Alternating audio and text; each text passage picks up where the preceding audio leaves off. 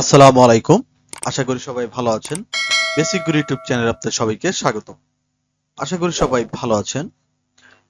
আজকের মাইক্রোসফট অফিসের ক্লাসে আমরা দেখব যে কিভাবে আমরা কিবোর্ডের ইউজ করতে পারি। সাধারণত কিবোর্ড আমরা সবাই চিনি, বাট কিবোর্ডের কিছু জিনিস আমাদের পরিচিত হওয়া দরকার, যেটা বেসিক কাজে আমাদের খুব প্রয়োজনে আসবে। তো আমাদের স্ক্রিনে আমরা একটা কিবোর্ড দেখতে পাচ্ছি।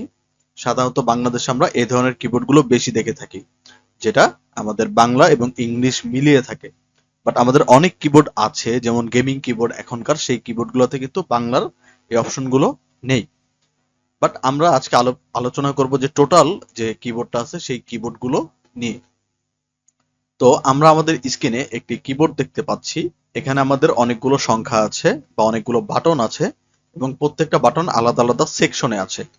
তো আমরা যদি কথা বলতে চাই যে এই যে পুরো কিবোর্ডটা আছে, এই কিবোর্ডের সংখ্যা কতটি থাকে, ম্যাক্সিমাম একটা কিবোর্ডে 104টার মতো সংখ্যা বা বাটন থাকে। ঠিক আছে, 104টা বা তার বেশি থাকে, কিন্তু 104টার কম হয় না। 104 প্রশ্ন যদি বলি আমি যে একটি কিবোর্ডে কয়টি বাটন থাকে, তাহলে আমরা উত্তরে বলতে পারি যে একটি কিবোর্ডে 104টা বা 104টার বেশি বাটন থাকে। ঠিক আছে, তো এখানে আমরা কিবোর্ডে কয়েকটা সেকশন দেখতে পাচ্ছি, যেমন এখানে ইএসসি আছে, F1 F2, এটা 12 পর্যন্ত আছে। ঠিক আছে, তো এটা আমরা পুরোপুরি আলোচনা করি প্রথম থেকে। আমরা এখানে দেখতে পারতেছি যে স্কেপ মানে AESC আছে। ঠিক আছে, ESC এটাকে বলা হয় স্কেপ। যদি আমি কোনো জুম করে থাকি বা আমি কোথাও করে থাকি, আমি যদি স্কেপে ক্লিক করি, তাহলে এটা আমার কি হবে, জুম আউট হয়ে যাবে। বা আমি যদি ফুল স্ক্রিনে কোনো কিছু থাকে, তাহলে আমি যদি স্কেপ করি বা কোনো প্রোগ্রাম থেকে বের হওয়ার জন্য আমি স্কেপটাকে ব্যবহার করতে পারি। এটা কিন্তু ক্লোজ করার জন্য না, জাস্ট বের হওয়ার জন্য। এরপরে আমাদের এফ থেকে F12 পর্যন্ত। এফ মানে ফাংশন, ঠিক আছে, মানে ফাংশন। এফ মানে ফাংশন 1, F2 মানে ফাংশন 2, F3 মানে ফাংশন 3, F4 মানে ফাংশন 4। তো এই সবগুলোরই আমরা মাইক্রোসফট যেটা আমরা ক্লাস নিব যে কিবোর্ডের শর্টকাট, সেটার মধ্যে আপনারা বুঝে যাবেন। তো এই F1 মানে ফাংশন 1, ফাংশন 2, এভাবে 12টা ফাংশনের বাটন আছে। এরপরে আমাদের এই পাশে যে সেকশনটি আছে, এগুলাকে বলা হয় যেমন ট্যাব, ক্যাপস লক, ঠিক আছে, শিফট, কন্ট্রোল। তো আমরা যদি একটু ফলো করি, আমাদের যে কিবোর্ডটা আছে এটা মোটামুটি আমাদের ফোনের মতো, যে আমরা ফোনে যে চ্যাটিং মেটিং করি সেই রকমই আমাদের এই কিবোর্ডের স্ক্রিনটি। তো জাস্ট এটা আমাদের সামনে কি থাকে, আপনার একটা যন্ত্র হিসেবে থাকে। যেমন আমরা মোবাইলে যেখানে যেখানে কিবোর্ডে ABCD যেখানেই পাই, একবারে কিবোর্ডের মধ্যে সেই জিনিসটাই। বাট এক্সট্রার মধ্যে কিছু হলো, ধরেন যেমন আপনার ইন্টার, তারপরে আপনার এই যে কন্ট্রোল অল্টার, ঠিক আছে, তারপর হচ্ছে ধরেন এই যে অ্যারো বাটন গুলা, তো এই যে প্রিন্ট স্ক্রিন, এগুলো আমাদের একটু এক্সট্রা মনে হয়, এবং এখানে কিছু লাইট আছে সেগুলা। তো আমি একে একে বলে দিচ্ছি। যেমন ট্যাব, ঠিক আছে, এটাকে বলা হয় ট্যাব, এটাকে বলা হয় ক্যাপস লক, এটাকে বলা হয় শিফট, এবং এগুলো 1 2 3 4। এই পাশে ইন্টার আছে, শিফট আছে, কন্ট্রোল আছে। ঠিক আছে, এটা 4টা অ্যারো বাটন সেকশন আছে, এটা হলো অ্যারো সেকশন, এবং এইটাকে বলা হয় আপনার নাম্বার।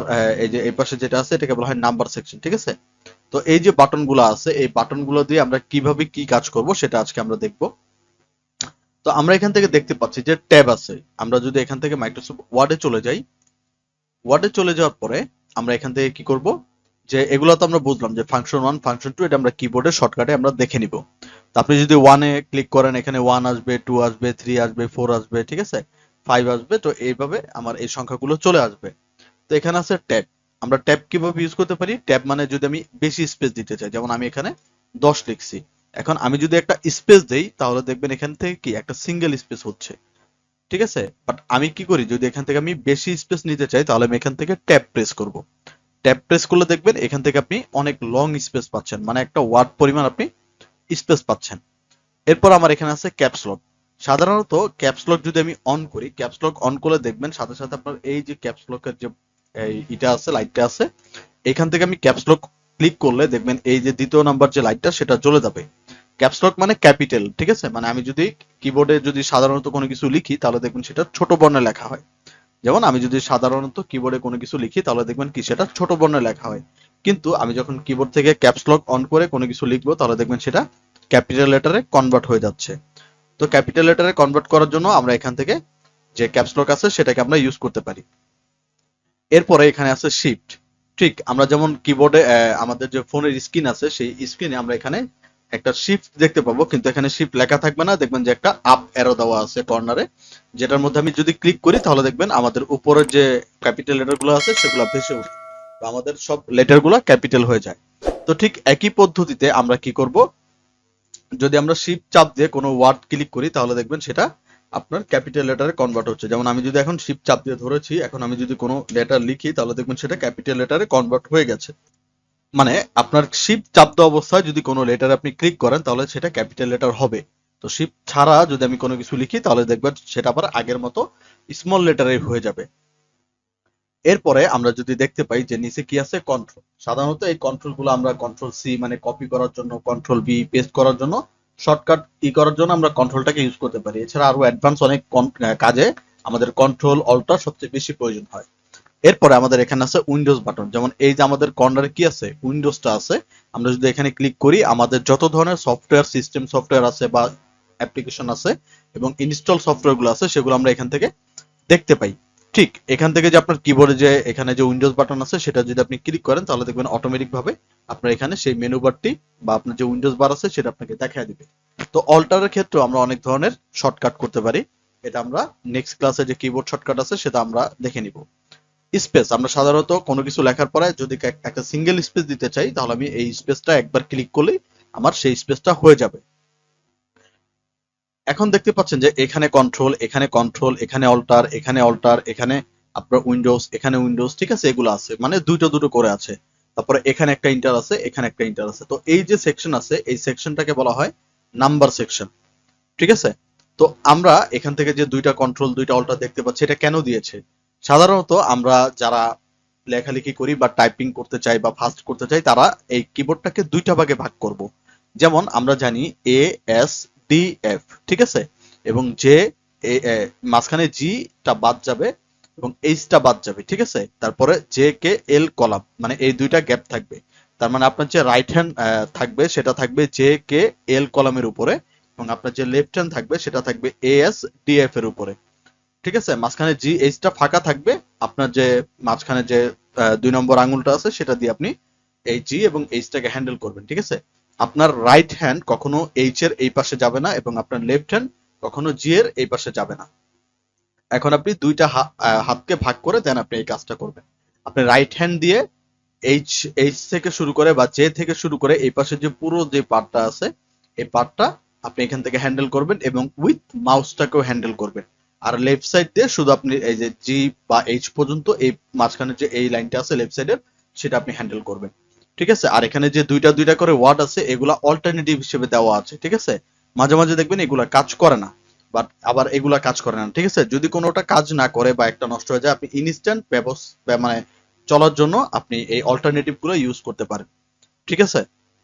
কিন্তু দুইটার কাজই একই। আর যদি এটা নষ্ট হয়ে যায় আপনি অল্টারনেটিভ ভাবে এটা ইউজ করতে পারেন। সাধারণত যারা আমরা টাইপিং করি লেফট সাইড থেকে আমরা যদি কন্ট্রোল শিফট অল্টার নেই তাহলে আমাদের টাইপিং করতে ভালো হয়, বাট আমরা যদি এটা রাইট হ্যান্ড করে করে নেই তাহলে আমাদের এই জিনিসটা একটু প্রবলেম হয়। কিন্তু যারা রাইট হ্যান্ড যারা লিখে তারা ধরেন সাধারণত এইগুলা ইউজ করে, আর যারা লেফট হ্যান্ডি তারা সাধারণত আপনার এইগুলা ইউজ করে থাকে, ঠিক আছে। তো আমরা লেখার ক্ষেত্রে যেটাই আমরা কমফোর্টেবল হবো সেটার মধ্য দিয়ে আমরা এখান থেকে লিখতে পারি। এরপরে আমাদের এখানে আছে আপনার অ্যারো সিস্টেম বা চারটা অ্যারো বাটন আছে। তো এটা হচ্ছে আপ, এটা লেফট, এটা রাইট, এটা ডাউন, মানে চারটা, উপরে নিচে ডানে এবং বামে। আমরা যদি কোনো কিছু লিখি আমরা এটা দিয়ে আপ দিয়ে উপরে যেতে পারবো, ডাউন দিয়ে নিচে যেতে পারবো, লেফট দিয়ে বামে যেতে পারবো এবং রাইট দিয়ে ডানে আসতে পারবো। তো খুব সহজে এই চারটা বাটন দিয়ে আমরা আপ ডাউন করতে পারি বা ডানে বামে যেতে পারি। তো আমরা এখানে দেখতে পাচ্ছি যে এখানেও নাম্বার দেওয়া আছে, আবার এইখানে যে সিরিয়াল আছে এই সিরিয়াল অনুযায়ী নাম্বার দেওয়া আছে। তো এই নাম্বারগুলো আমরা যেহেতু জানি যে যেহেতু অল্টারনেটিভ, যেহেতু এটা আলাদা নিউমেরিক সেকশন মানে নাম্বার সেকশন, সেক্ষেত্রে এটাকে আপনার দ্রুত কাজ করার জন্য ব্যবস্থা করে দেওয়া হয়েছে, ঠিক আছে। আপনি এখান থেকে জাস্ট নাম্বার ক্যালকুলেট বা হিসাব নিকাশ করার জন্য আপনি এই এক হাত দিয়ে আপনি এই যে পুরো নাম্বার সেকশনটা আছে এটাকে আপনি কন্ট্রোল করতে পারেন। এবং এখানে দেখেন আপনার নাম লগ, ঠিক আছে, ভাগ, গুণ, মাইনাস, তারপরে প্লাস, ইন্টার, এই যে ডেল, এই ডেল মানে হইছে আপনার ডেসিমেল, মানে আপনি যে ফুল স্টপ দেন বা ডট দেন সেই ডটটা আমরা এখান থেকে দিতে পারি, মানে দশমিক যেটা। এবং 0 1 2 3 থেকে সবগুলো সংখ্যা আপনি পাবেন। এবং এখানেও আপনি দেখবেন কি 1 2 3, ঠিক আছে, সবগুলো এখানে 0 পর্যন্ত পেয়ে যাবেন। এই যে এখানেও মাইনাস আছে, প্লাস আছে, ইকুয়াল আছে, ঠিক আছে, এগুলো আমরা দেখবো যে কিভাবে নিতে পারি। এবং এইখানে আপনার যে কিছু বাটন আছে এগুলো আমরা কিবোর্ড শর্টকাটে দেখে নিব। তো আমরা এগুলোর নাম বলে দিই। এটাকে বলা হয় ডিলেট, এটা এন্ড স্ক্রিন বা এন্ড, এটাকে বলা হয় পেজ ডাউন, এটা পেজ আপ, এটা হোম, এটা ইনসার্ট, এবং প্রিন্ট স্ক্রিন, স্ক্রল লক এবং পজ ব্রেক। ঠিক আছে, এটা আমরা যেটা নিয়ে আমরা কিবোর্ড শর্টকাট দেখবো সেটার মধ্যে আমরা পুরো বিস্তারিত আলোচনা করব।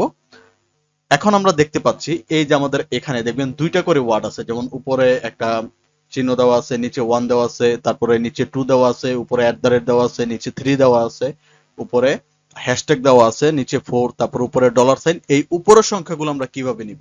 এই উপরের সংখ্যা আপনি নিতে পারেন শিফট প্রেস করে ধরে, মানে শিফটকে চাপ দিয়ে ধরে দেন আপনি যদি 2 এর মধ্যে ক্লিক করেন তাহলে এটার উপরে যে ওয়ার্ডটা আছে সেই ওয়ার্ডটা চলে আসবে। আবার শিফট ছেড়ে যদি আপনি এই 2 তে ক্লিক দেন তাহলে শুধু 2 আসবে। যেমন আমি যদি কিবোর্ডে নিতে চাই তাহলে আমি কিবোর্ড থেকে শিফট চাপ দিয়ে 2 এর মধ্যে ক্লিক করলে দেখবেন আপনার এখানে কি আসতেছে, টা চলে আসতেছে। ঠিক আছে, ঠিক সেম আপনার এখান থেকে যেটা লাগবে আপনি যদি শিফট চাপ দিয়ে সেই ওয়ার্ডের মধ্যে ক্লিক করেন তাহলে দেখবেন উপরের সংখ্যা, আমরা কিন্তু বাংলার ক্ষেত্রেও কিন্তু একই। যদি আমরা বাংলার করে লিখে নেই যে আমি এখানে উমো একবার ক্লিক দিব তাহলে আমার উমোটা আসবে, কিন্তু আমি যদি শিফট ধরে এই কিউতে ক্লিক করি তাহলে যে বাংলার উপরে যেটা অনস্কোর আছে সেটা চলে আসবে। ঠিক আছে, মানে উপরে যেটার মধ্যে আমার দুইটা সংখ্যা থাকবে, আমি যদি সেটার উপরের ওয়ার্ডটা নিতে চাই তাহলে আমি শিফট চাপ দিয়ে সেই ওয়ার্ডে ক্লিক করলে উপরের সংখ্যাটা চলে আসবে। তারপরে এইদিকে আমরা দেখতে পাচ্ছি কমা, ঠিক আছে, তারপর লেস দেন, গ্রেটার দেন, তারপর এখানে আপনার প্রশ্নবোধক চিহ্ন, ঠিক আছে, তারপর এখানে যে ডাবল ইনভার্টেড কমা, কমা, ক্লোন, ঠিক আছে, bracket, third bracket, second bracket সব আমরা এখান থেকে দেখতে পাই। এখন আমরা এই যে যে চারটা জিনিস আছে বা তিনটা জিনিস আছে এই তিনটা জিনিসের কাজ কি করতে পারি? নাম লক, এই যেখানে দেখতেছেন নাম লক আছে, এই নাম লকে যদি আমি মানে প্রেস করি তাহলে দেখবেন প্রথমত এই নাম লকটা ওপেন করা থাকে, মানে অন হয়ে হয়ে থাকে অটোমেটিক ভাবে। কিন্তু এটাকে যদি আমরা নাম লক করে দেই তাহলে দেখবেন এই লাইটটা অফ হয়ে যাবে। এই লাইটটা অফ হওয়ার পরে আমরা যে কোনো কিবোর্ডে যদি কোনো কিছু লিখি তাহলে সেই লেখাগুলো আমাদের উল্টাপাল্টা দেখাবে এবং এই নাম্বার সেকশনটা কাজ করবে না যদি আপনার এই লাইটটা অফ থাকে। মানে আমরা যদি নাম্বার লকে ক্লিক করে এই লাইটটাকে অফ করে দিই তাহলে আমার কোনো নাম্বার সেকশন কাজ করবে না এবং এই যে লেটারগুলো আছে এই লেটারগুলো উল্টাপাল্টা কাজ করবে। তো আমরা অলওয়েজ কি করব, নাম্বার লকটা অন করে রাখবো, মানে এই লাইটটা অলওয়েজ অন থাকবে, তাহলে আমি সবগুলো লেখা বা ওয়ার্ড ভালো মতো লিখতে পারবো। এরপরে আমাদের এখানে আছে ক্যাপস লক। তো আমি যদি এখান থেকে ক্যাপস লক অন করে দিই তারপরে দেখবেন যে দ্বিতীয় যে লাইটটা আছে এটা অন হয়ে যাবে। তো আমরা যদি কিবোর্ডে এই ক্যাপস লক অন থাকা অবস্থায় যা কিছু লিখবো সেটা ক্যাপিটাল লেটারে কনভার্ট হয়ে যাবে, মানে আমি এই কনভার্টে এবিসিডি যাই লিখি না কেন, এ থেকে জেড পর্যন্ত যাই লিখি না কেন সেগুলো ক্যাপিটাল লেটার হয়ে থাকবে, আমার বারবার কি শিফট চাপ দিয়ে ধরে লিখতে হবে না।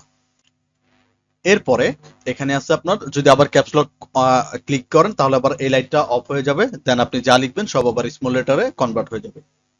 এরপরে আমাদের এখানে আছে স্ক্রল লক। সাধারণত আমরা মাউস দিয়ে কি করি, মাউসের যে হুইলটা আছে মানে চাকাটা আছে সেটা দিয়ে আমরা স্ক্রল করি ডানে বামে নিচে, মানে উপরে নিচে যাওয়ার জন্য আমরা এটাকে কি করি, স্ক্রল করি।